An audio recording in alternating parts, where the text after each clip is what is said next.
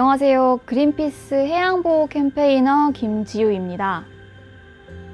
새로운 석유라는 별명을 가진 원자재가 있습니다. 모래가 바로 그 주인공인데요. 사막의 나라 두바이에서는 호주로부터 모래를 수입하고 있고, 싱가포르에서는 때에 따라 모래 톤당 가격이 석유를 웃돌기도 합니다. 또 캄보디아에서는 모래 채취로 인해 이미 7개 해변이 사라졌다고 하는데요. 모래가 이처럼 인기가 있는 이유는 바로 건설 자재로 널리 쓰이기 때문입니다. 석유와 모래는 유한한 자원이라는 점과 장기적인 관점으로 봤을 때 이들의 채취가 환경 파괴의 원인이 된다는 점에서 닮은 구석이 있는 것 같습니다. 자, 그럼 모래는 생태학적으로 어떤 역할을 할까요? 바닷모래는 태풍이나 쓰나미 등 자연재해로 인해 발생한 충격으로부터 육지를 보호해주는 완충 역할을 합니다. 또 다양한 저서생물과 어류의 보금자리 및 산란장이 되기도 하는데요. 이처럼 다양한 생태학적 역할을 하는 바닷모래를 무분별하게 채취했을 경우 어떤 문제가 생길까요? 바닷모래 소실로 인해 일어날 수 있는 악영향은 다음 8가지입니다. 첫째, 생물 다양성의 파괴를 가져올 수 있습니다. 모래가 없어지면 바닷모래에 의존하고 생활하는 다양한 저서생물들의 먹이나 산란장을 잃게 되는데요. 결국 먹이 활동과 번식을 하지 못해 이 생물들의 개체수가 급감하게 되는 것입니다. 대표적으로 케냐에서 과도한 모래 채취로 산호초가 파괴된 사례나 인도에서 멸종 위기종이었던 악어의 개체수가 급격히 감소한 사례가 있었습니다. 두 번째, 육지 면적이 감소할 수 있습니다.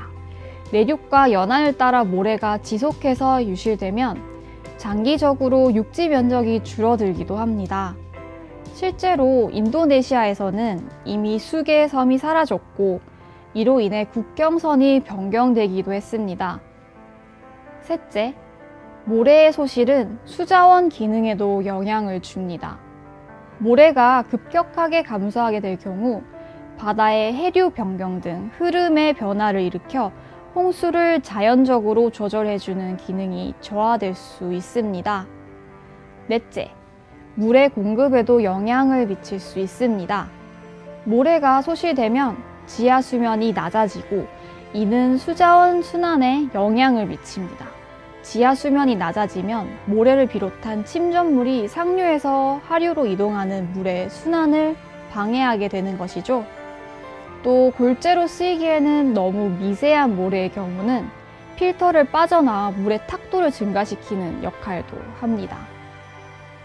다섯째, 건설된 다리와 뚝, 제방, 그리고 연안을 따라 세워진 다양한 시설 등 인간이 세운 기반시설에 미치는 악영향도 있습니다.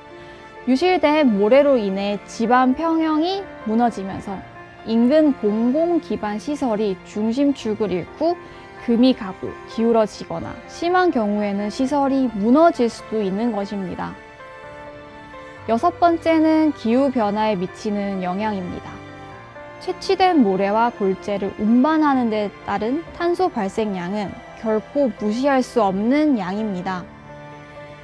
골재를 운반하는 과정에서도 탄소가 발생하지만 운반된 골재가 시멘트 등으로 제조되는 과정에서 부수적으로 발생하는 탄소의 양이 2010년 한 해에만 16억 톤이었다고 합니다. 일곱 번째, 경관에 영향을 미칠 수 있습니다. 다시 말하자면 눈으로 볼 수 있는 연안의 변화인데요. 바닷물의 유실은 해안가 침식이나 삼각주 구조의 변화를 일으킬 수 있기 때문에